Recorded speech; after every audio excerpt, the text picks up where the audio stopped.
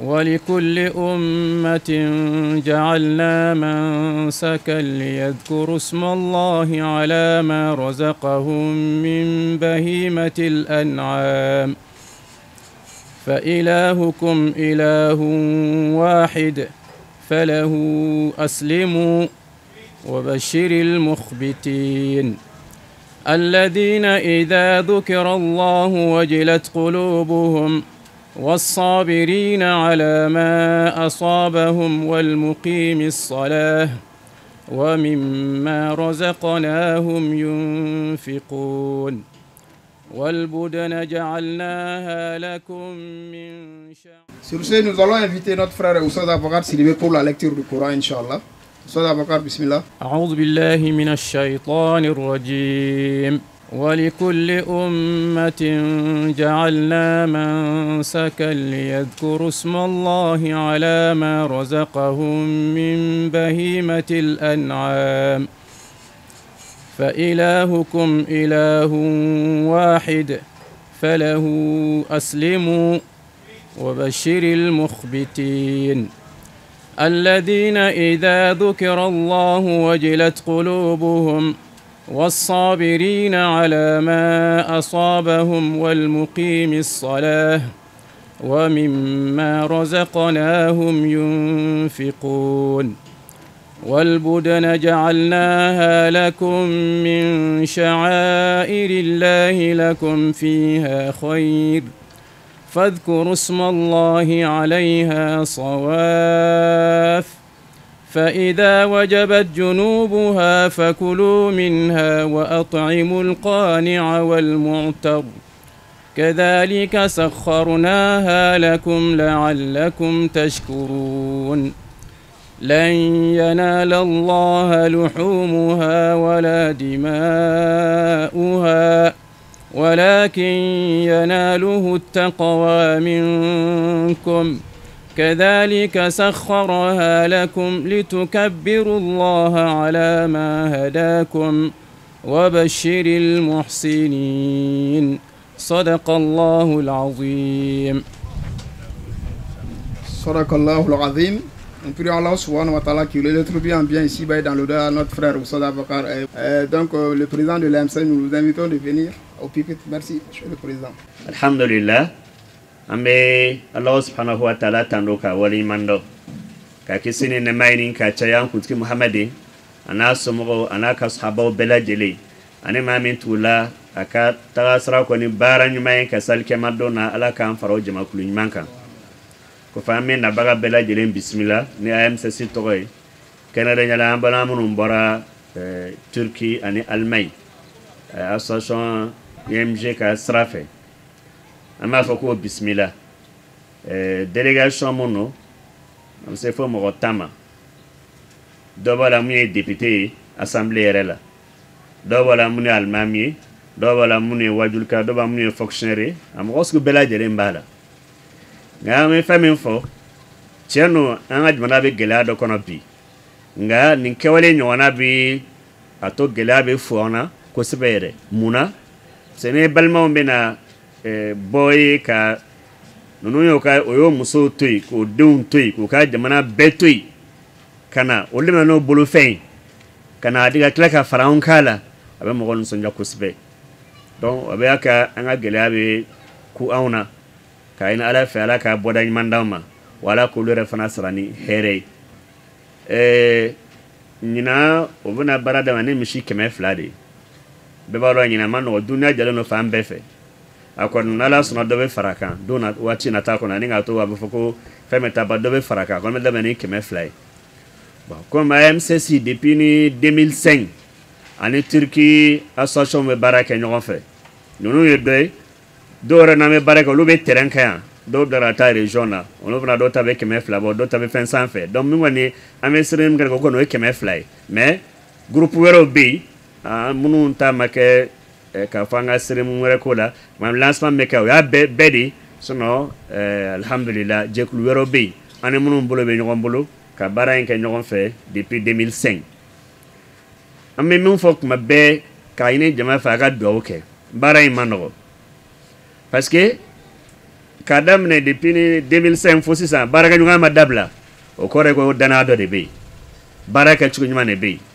o de la n'an ye kɛnɛ ɲɔgɔnna sɔrɔ an bɛ foli kɛ an balimakɛ Usumani Jara Ala ka n'a sara ni hɛrɛ ye a n'a ka équipe bɛɛ baarakɛɲɔgɔnw bɛɛ tiɲɛ yɛrɛ la u bɛ ka baaraba kɛ dɛ danaya in ka to sen na a bɛ kurakuraya a tɛ tigɛ Ala ta kɔfɛ u ka cɛsiri b'a la donc jama ka jɛn ka duwawu k'o ye hali bi Ala k'o sabati Ala ka kɛnɛya ɲuman d'o ma parce que o bɛ hɛrɛ lase mɔgɔw ma a ka ca kojugu nka baara in na pression de ka bon aw k'a jateminɛ n'a fɔra misi 200 mɔgɔw ka ca dɛ lisi kɔrɔw camanba de bɛ yen ni min dɔrɔn lisi la san min na o t'a fɛ o ka bɔ a la tuguni san o san lisi kura bɛna fara kan a bɛ tila cogo di gɛlɛyaba de b'a la donc a bɛ kɛ ne mun ye dɔ sɔrɔ Ala bɛ na n'o ye sinon k'a fɔ somɔgɔya ko ni fɛn ko t'a la ale bɛ kun dɔrɔn mɔgɔ mun kan ka nafa sɔrɔ a ka se olu de ma o de fana y'a to Ala bɛ ka barika don ko in na sɔn n'o y'a sɔrɔ ko a kɛn bɛ yɛrɛ tɔgɔra ko ni somɔgɔya ko walahi sɛbɛ sɔrɔ Ala ye barika b'a la sɛbɛ sɔrɔ a dabila la a mɛnna mais ne hali bi Ala bɛ sɔn ka continuer ka d'a kan a bɛ kɛra minnu n'a ka kan a ka so ma laɲini o de ye k'a ɲini Ala fɛ Ala ka bɛɛ sara ni hɛrɛ ye Ala ka bɛɛ lajɛlen sutura jamana in Ala ka hɛrɛ don a kɔnɔ Ala ka bɛn don a kɔnɔna na Turki jamana n'an ka jamanaw halisa Ala ka danaya sabati an n'u ni ɲɔgɔn cɛ Ala ka hɛrɛ kɛ bɛɛ ye Ala ka bɛɛ lajɛlen sutura wassalamu alaikum wa rahmatullahi wa barakatuh. L'intervention d'un représentant de l'ONG IMG. Donc nous invitons le représentant de l'ONG IMG pour son allocution. Selamun Aleyküm. Bu sene 4. veya 5. sene tekrar buradayız. Allah'a hamd ediyorum. Salam alaikum. Donc cette année, ça fait soit notre 4e année ou 5e année que nous sommes à Bamako ici encore. Le dictaphone, il n'y en a pas? Neyse sen de bundan konuşursun. Tamam. Tamam. Neyse tamam. Sizlere Avrupa'daki ve Türkiye'deki Müslüman kardeşlerinizin selamını getirdim. Selamun aleyküm diyerek onların selamını sizlere iletiyorum. Bonjour. Ça fait maintenant la 4e année ou la 5e année que nous sommes là. Donc en même temps, nous sommes venus avec la salutation de nos amis qui sont en Europe ou qui sont en Turquie. Donc vous avez leur bonjour à travers nous aussi. İnşallah dediğim gibi bu sene 4. veya 5. yıl tam bilmemekle birlikte kurbanlarımızı burada keseceğiz. Avrupa'daki ve Türkiye'deki kardeşlerimizin kurbanlarını onların adına burada keseceğiz ve buradaki gerek ihtiyaç sahibi olanlara gerek de kardeşliğin pekişmesi açısından burada bulunan diğer kardeşlerimizle kurban etlerimizi paylaşacağız inşallah. Tamam, nous sommes là comme dans les années passées, nous avons fait ensemble. Les amis qui sont venus de l'Allemagne, ceux qui sont venus de la Turquie et ceux qui sont au Mali, nous sommes les mêmes. Donc nous avons toujours procédé ensemble de la même manière. Cette année aussi, nous allons procéder de la même manière. Nous allons faire l'abattage ensemble, nous allons faire la distribution de la viande ensemble pour nous assurer que ça va atteindre les destinations comme d'habitude. Nous allons faire tout ça dans la fraternité. Bizim burada bulunmamızın amacı, buraya gelmemizin amacı sadece ve sadece kardeş olduğumuzu hatırlamak ve birbirimize kardeş olduğumuzu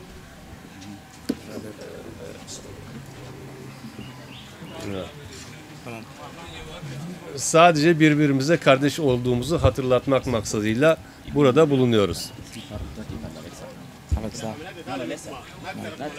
Tamam. Sen mi? Tamam geliyoruz. Tamam. Söyledim. Sen buyur söyle. Söyle. Evet. Tekrar edeyim. Buraya gelmemizin amacı, burada bulunmamızın amacı sadece ve sadece birbirimizin kardeşi olduğumuzu, Müslümanların kardeş olduğunu hatırlatmak ve bunun gereği icabı buraya gelip sizlerle ibadetimizi birlikte yapmak. Bunun dışında herhangi bir başka bir amacımız yoktur. Sadece Müslümanlar kardeştir. Bunu söylemek ve uygulamak için buradayız.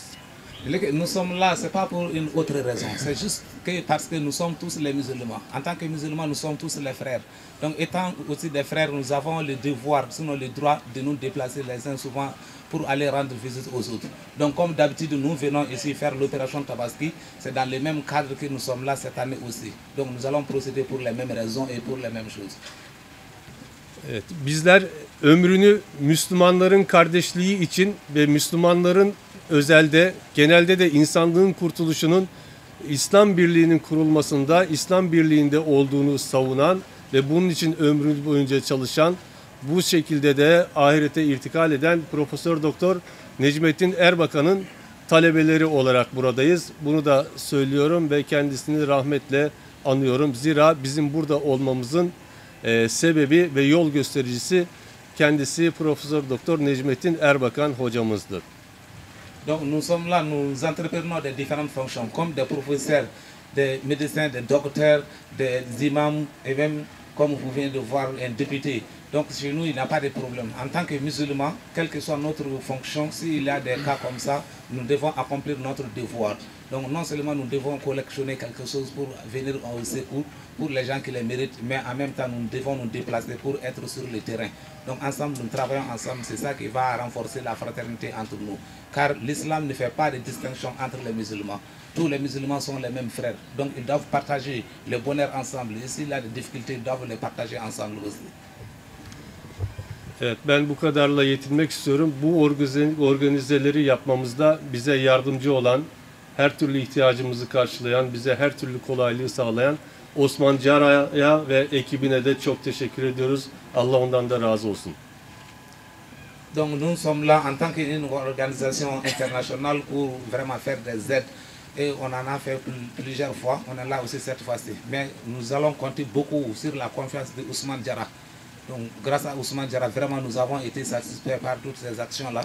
Et on lui remercie beaucoup. Et de même que tout l'équipage qui le maintient ici pour ce travail-là. Donc nous avons les remerciements pour tout le monde. Bize göstermiş olduğunuz misafirperverlikten dolayı hepinize çok teşekkür ediyorum. Başta İslam alemi olmak üzere Mali halkının bayramını kutluyorum. Bayramınız mübarek olsun. Esselamu Aleyküm. Nous, en tant que visiteurs au Mali, nous nous sentons aussi des frères. À cause de cela, nous vous remercions beaucoup et nous souhaitons à toute personne qui est là et toute la population malienne une bonne fête de Tabaski. Salam alaikum. Wa alaikum salam wa rahmatullahi wa barakatuh. Ve rahmetullahi ve berekatuh. Elhamdülillah ve salatu ve selamu ala Resulullah ve ba'd. Uhayyi el-ihve el-cemiyan ve ubarik leküm fi idikümül adha inşallah.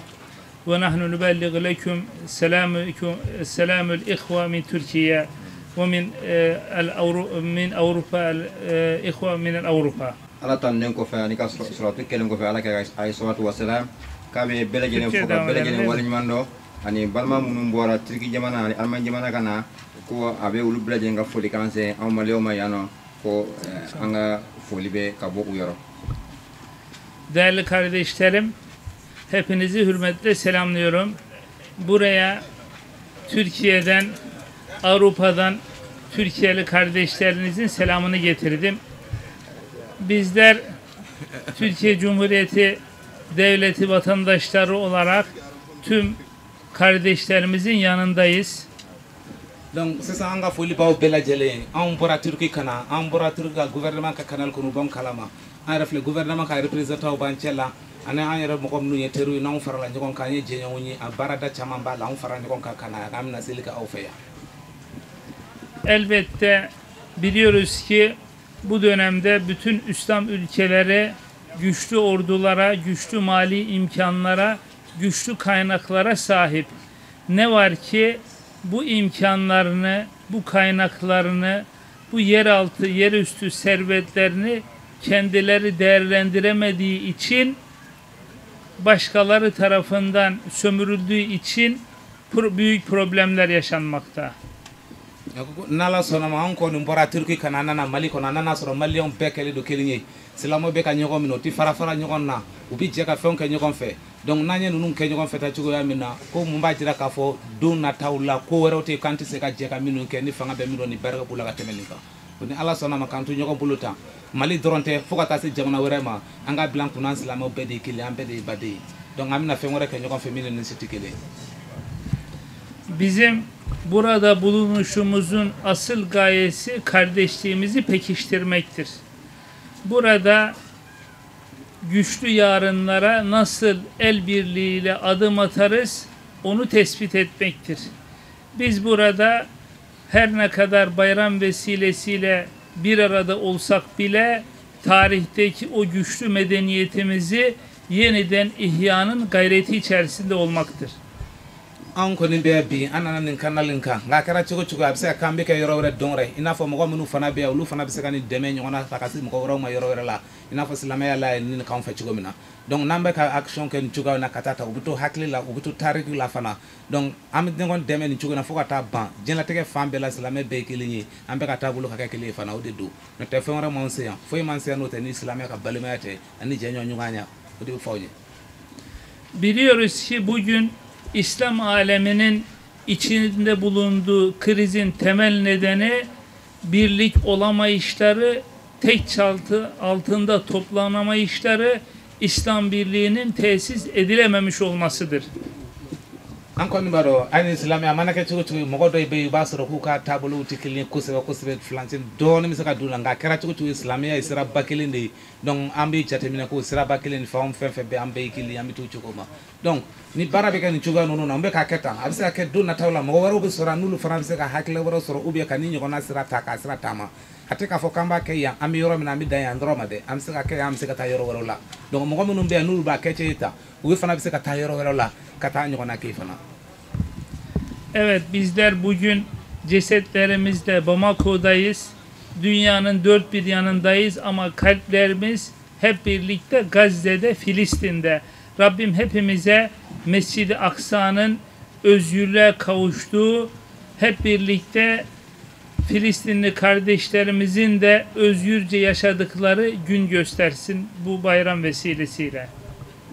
Ni ala sana ma be kan ni sele ka chugo mi on menu flane on bara tur ka on nana ya donc a pas blanc blanc nyoko na wero tara dien fanta ani nani bela jamana be no ni anga bolo bi se ka sama kasi ni deme bi se ka sama kasi folo mo woro betay donc mo yere kale no kata fambe fe donc o bebeta akay kun kelendro ni kama nyoko deme ani badiya ni fa donc kelendro de du an nyoko ti donc amba la je ama ni ala fe ni sele fana nga je ka okay hera ko na fambe del ga santo ka chugo mi. Evet, Türkiye'den pek çok vakıf ve dernek bayram vesilesiyle Mali'de ama hedefimiz, arzumuz Mali'nin kendi dinamiklerini harekete geçirip kendi kaynaklarını kendisi kullanarak yerinden kalkınmanın sağlanmasıdır. Aywa amora turki kana mo farala nyogon kaka deme bla kana na fon frana na kana lasti u la ben chuko mi kana na soro mali mo fana general fana sigilente u fana bi barala u la belendo u se préparer no fo seba kam go ka bara in la ben kanye donc nu fana bo chugala kachala ni doma faranya kam fuit na ka ko bi tien. İnanıyoruz ki bu da bu tür dernekler, ilim adamları, kanaat önderleri ve siyasi çabalarla mutlaka gerçekleşecektir. Amba don organisation chamon bambule jekulu bambule halnu beti barada kilinke ko beka hakilla ko ne kilinka fo wa do faran wa demeke kana se mo no nakaka o de do. Sözü fazla uzatmadan Kültür ve Dayanışma Derneği, Mali Kültür ve Dayanışma Derneği'ne MCS'e teşekkür ediyorum. Derneğimiz kaç yıldır kendileriyle faaliyet içerisinde bu güzel organizasyonu gönül huzuru içerisinde kendileriyle birlikte gerçekleştiriyoruz. Bu konuda dernek yöneticilerine bütünüyle teşekkür ediyorum. Donc o kama salaire bi amno ko jamana marabolo ko sigida tokola u jamana re tokola una na no ni ko association ama fo jama kulu menonde nulu beka tabolo yekele u banga tabiya yekele ka ko ina fo culture fanga différence batan ni yonche flanche tan ni yonche kada ka beta tabolo kele ameka dinne kele donc o kama u je kulu betokola anu ni mo fa fe beno u beka boya bala ale be foli dawo mo lu betokola fana. Bu vesileyle Türkiye ile Mali arasındaki ilişkilerin çok daha fazla gelişeceğini belirtmek istiyorum. Son yıllarda Avrupa, Afrika ülkeleriyle olan ilişkilerimiz her geçen gün daha çok artmakta. Çünkü Türkiye halkı bütün mazlum coğrafyalarla, bütün kardeşleriyle dayanışma içindedir. Ni ala sanama Mali dorante Mali ni tiluki flanchela sisan ko chama meka tema nyonche abeka badiya ni fadiya si janu nyonche ameka du tabulu chama onkan donc ubayira ka fo do natala fana ulu fana ina fo be Europe jamana chama minuna donc Afrique jamana wɛrɛ dama ni ɲɔgɔn cɛ farafina jamana bɛɛ ni ɲɔgɔn cɛ o badenya n'o hinɛ ka tugu ni ɲɔgɔn cɛ fo ka tila ka na kɛ diɲɛ jamana bɛɛ ka kala-kala ɲɔgɔn na ni silamɛya tɔgɔ ye ko de ka ɲi. Buradan büyük bir titizlikle çalışmalarını sürdüren Avrupa'nın dört bir yanındaki ve Türkiye'nin her bir köşesindeki kardeşlerinize de sizlerin selamını götüreceğiz. Burada gönül huzuru içerisinde bu emanetlerin yerine ulaşacağını görmek, böyle gönüllü, fedakar, gayretli insanlarla bu çalışmanın yerine getirildiğini, ifa edildiğini görmek de bizi ziyadesiyle memnun etti. Akon Allah sama o bora ya fe kana o manni misa o bole kana yano kana o mogo bi ka jamana ka bi wo kono o bi yoro la mi yoro ka jam mi yoro ka suru nu ke bar man ka fubina mune deme ko munun takara fole o be ka fole ba o nye ka boy kana donc wira nana o soro tigo minata halsa anga do fara chesri ka katan kan nala sonama ko wero bina nye tuguni. Bu vesileyle gelecek bayramda Filistin'in özgür olduğu, bütün Müslüman ülkelerin mamur olduğu, kalkınmış, gelişmiş, problemlerini çözmüş, huzur, barış ve kardeşlik içinde ulaştıkları nice bayramlar temennisiyle değerli katılımcılara selamla, hürmetle, muhabbetle selamlıyorum.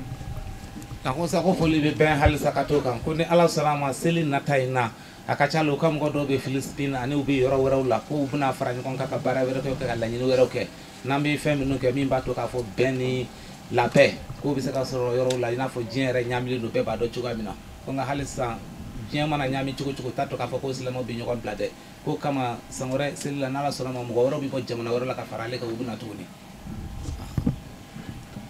Assalamu alaikum. ولكل أمة جعلنا منسكا ليذكروا اسم الله على ما رزقهم من بهيمة الأنعام فإلهكم إله واحد فله أسلموا وبشر المخبتين الذين إذا ذكر الله وجلت قلوبهم والصابرين على ما أصابهم والمقيم الصلاة ومما رزقناهم ينفقون. الحمد لله رب العالمين والصلاة والسلام على رسول الله. أنا كامي فوكي ولي منو فلانك سنة سبنا بلا جلين فو إني تلفزيون بارك لا كلين بلا جلين. Alhamdulillah aw nyame kene mina ni Turki ka je san chamando ambe je ka baraka nyama fe domaine chamana me silva tanye misiko de la ya srafe ya fo chuno ya dama nyama kala munu be nubu ka la ya ufranyonga ka ke dana ka di oluma olufana ma ke dana kana di auma ne ala sona ambo de keneka a cérémonie kɛra sisan misi hakɛ minnu sɔrɔla an fɛ n'Ala sɔnna o baaraw bɛna daminɛ sini ni ye lancement ye Bamakɔ kɔnɔ ani Mali fan caman fɛ MCC ni Turki mɔgɔw ka bolodi ɲɔgɔn ma sababuya la san caman an bɛ nin baara la a bɛ kɛ sababu ye mɔgɔ caman bɛ yen se tɛ minnu ye n'u ma lahiyaw sɔrɔ u ka se ka lahiyaw sɔrɔ seli yɛrɛ dabɔra hinɛ ɲɔgɔnna min kama seli dabɔra ɲɔgɔn dɛmɛ min kama seli dabɔra nisɔndiya min kama ka don silamɛ du kelen kelen bɛɛ lajɛlen kɔnɔ n'Ala sɔnna MCC ani Turki mɔgɔw ka jɛ in a bɛ kɛ sababu ye ka se k'o baara in sabati n balimakɛ ni Ala sɔnna.